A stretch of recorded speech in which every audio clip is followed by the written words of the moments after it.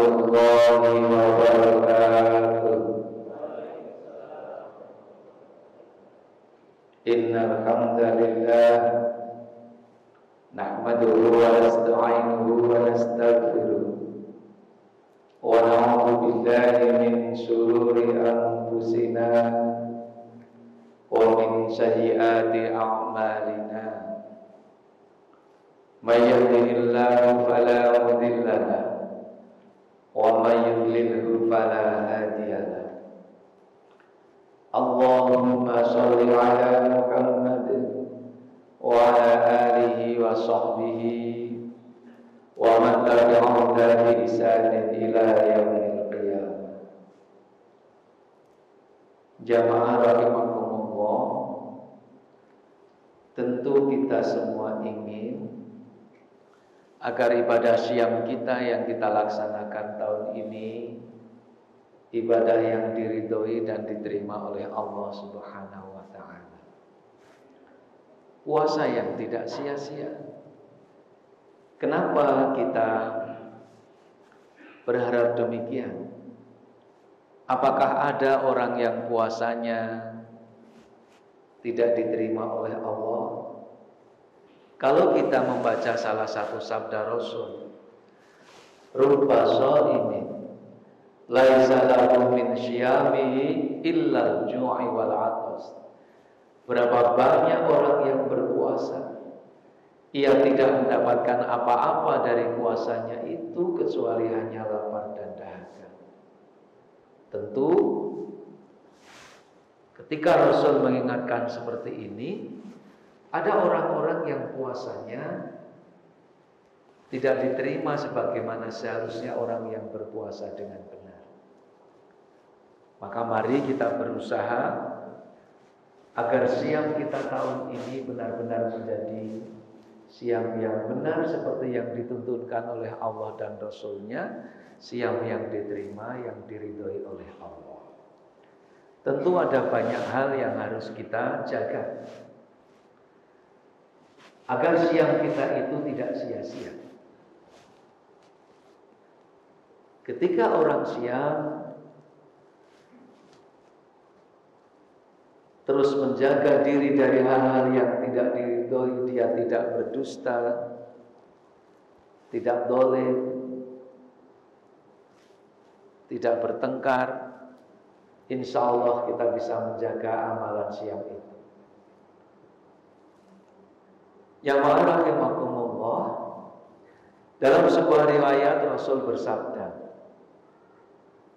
ittaqillaha haitsuma kunta wa abbi sayyi'atal hasanata tamkuha wa khaliqin nasa bi khuluqin hasan. Bertakwalah kamu dimanapun dan kapanpun, dan ikutilah perbuatan maksiat, perbuatan dosa yang telah dilakukan dengan kebaikan yang bisa menutupinya. Dan bergaullah kalian dengan sesama manusia bi khuluqin hasanin, dengan akhlak yang baik. Rasul berpesan agar kita bertakwa kapanpun dan dimanapun. Takwa kita tidak dibatasi oleh ruang gerak dan waktu. Ramadan bagi kita menjadi bulan perjalanan menuju takwa. Hari-hari kita isi amalia yang mengantarkan kita kepada ketakwaan. Di antara ciri orang yang puasanya diterima sehingga meningkatkan ketakwaan, salah satunya adalah ketika puasa yang kita lakukan itu semakin banyak hari yang dilewati, ketaatan kita semakin bertambah.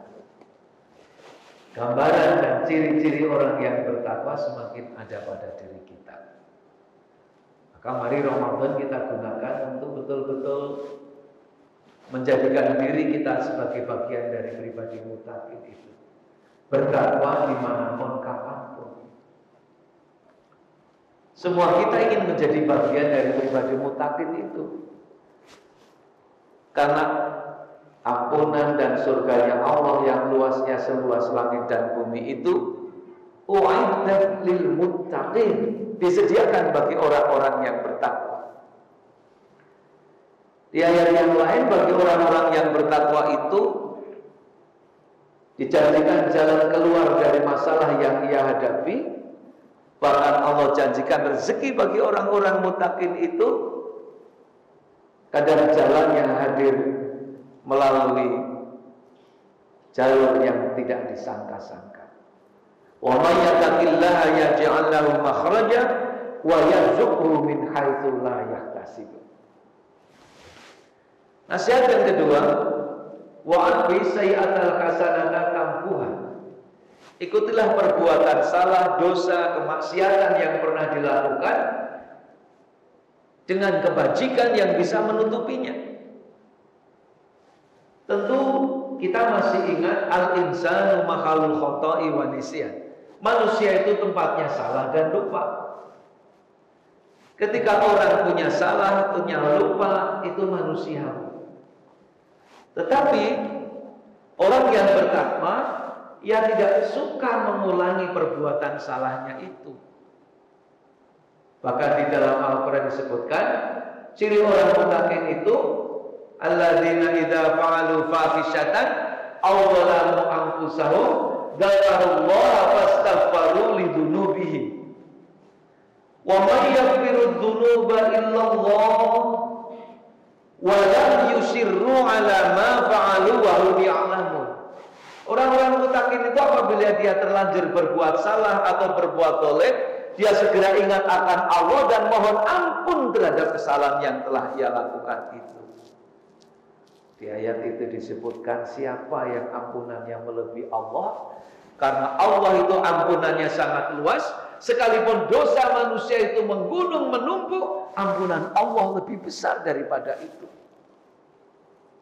Kita sering ingat ayat innallaha ghafurur rahim. Allah itu Maha Pengampun, Maha Penyayang. Seberapa besar pun dosa kita ketika kita bertobat, maka Allah akan memberi ampunan. Kelanjutan ayat adalah, dan dia tidak mengulangi perbuatan salah yang telah ia lakukan itu karena dia mengetahui. Ramadan sering disebut sebagai bulan maghfirah. Bagaimana kita gunakan kesempatan ini untuk banyak mohon ampun terhadap dosa yang telah kita lakukan. Dan yang utama adalah kita berusaha dengan sungguh-sungguh agar tidak mengulanginya. Dalam catatan orang-orang soleh, dulu ada petinju muslim dari Amerika namanya Muhammad Ali. Ketika dia menjalani pertobatan jadi muslim yang baik, ada catatan kehidupannya yang menjadi nasihat bagi kita semua. Di antara catatan Muhammad Ali itu kira-kira terjemahannya begini: saya tidak merokok, tapi saya selalu membawa korek di saku celana. Setiap hati ini tergoda untuk berbuat maksiat, saya nyalakan satu batang dan saya rasakan di telapak tangan saya. Lalu saya berkata di dalam hati, wahai Ali, menahan panasnya korek api ini saja kamu tidak sanggup. Bagaimana dengan dahsyatnya neraka nanti? Setelah itu kata Ali, saya tidak berani merasukkan, tidak berani melanjutkan godaan maksiat itu. Saya tidak mungkin mampu menahan siksa Allah di akhirat nanti. Itu cara Ali menjaga dirinya agar tidak berbuat kemaksiatan lagi. Oleh karena itu, nasihat Rasul tadi, wa atbi sayyi'atal hasanata tampuha. Ketika kita terlanjur berbuat dosa, segera istighfar mohon ampun dan wujud pertobatan itu. Tidak mengulangi perbuatan maksiat, mengisi sisa hidup dengan amal soleh. Kadang orang bertanya, berapa umur Bapak? Ada yang menjawab 53, 56, 60. Tetapi salah satu guru kami mengatakan kepada kami, sesungguhnya bukan jumlah umur itu yang penting, Nak. Tetapi Berapa sisa hidup kita itu masih diberikan oleh Allah, dan apakah kita bisa menggunakan sisa itu dengan sebaik-baiknya. Kita tidak ada yang tahu kapan kematian itu tiba. Maka ketika kita menunda pertobatan, sekali lagi tidak ada jaminan kita bisa mengakhiri hidup kita dengan husnul khotimah. Bahkan kalau kita menunda amal soleh, belum tentu di akhir hidup kita bisa menjalankan amal soleh. Seorang ustadz berkisah, saya nanti akan rajin ke masjid kalau saya sudah pensiun. Karena kalau saya sudah pensiun, saya punya banyak waktu longgar, maka saya akan rajin ke masjid. Tapi kenyataannya, qadarullah, begitu dia pensiun, kondisi kesehatannya menurun. Bahkan untuk jalan pun susah. Maka untuk mewujudkan cita-cita rajin ke masjid, rajin ke majelis taklim, itu tidak pernah terwujud. Maka mari jangan tunda kebaikan itu. Yang ketiga, wa khaliqin nasa bi khuluqin hasanin, bergaulah kamu kepada sekalian manusia dengan akhlak yang baik. Ketika Rasul menjelaskan salah satu amal yang paling dicintai Allah, Rasul menyebut husnul khuluq, akhlak yang baik. Ketika Rasul menjelaskan tentang sahabat orang mukmin yang nanti duduknya dekat dengan para rasul, salah satu yang dijelaskan Rasul adalah aksarul khuluq, yang paling baik di antara kalian akhlaknya. Ramadan menjadi bagian bulan untuk menerpa akhlak kita, maka mari kita jaga agar diri kita menjadi orang-orang yang senantiasa berakhlak. Sering jadi pertanyaan, ketika orang yang mengaku iman tetapi tidak memiliki akhlak iman. Ketika iman itu harusnya tidak bisa dilepaskan dari amanah, tetapi banyak orang mengaku iman tetapi tidak punya akhlak amanah. Rasul mengingatkan, la imana liman la amanata. Tidak ada iman lagi ketika orang itu sudah tidak bisa dipercaya, tidak amanah.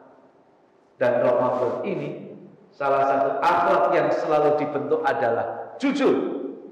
Karena ketika orang tidak jujur bahkan dusta, salah satu kriteria orang itu puasanya sia-sia. Dan kejujuran yang kita bangun ketika Ramadan harus kita pertahankan terus. Bapak Ibu, sebagai penutup, kadang kalau kita berolahraga dengan beberapa bapak-bapak, tidak jarang badminton, tenis, itu orang berebut out atau masuk. Bahkan ada yang permainan itu berhenti karena masing-masing merasa out masuk itu menjadi bagian yang diperselisihkan. Tapi suatu ketika ada bapak-bapak itu tenisnya di bulan Ramadan, ketika out masuk, ditanya, out apa masuk? Jawabnya, masuk wong poso. Puasanya mengantarkan dia untuk tidak berani berdusta. Dan harusnya selanjutnya begitu. Rasul berpesan, alaikum bisidqi fa inna sidqa yahdi ilal birri wa inna yahdi ilal jannah.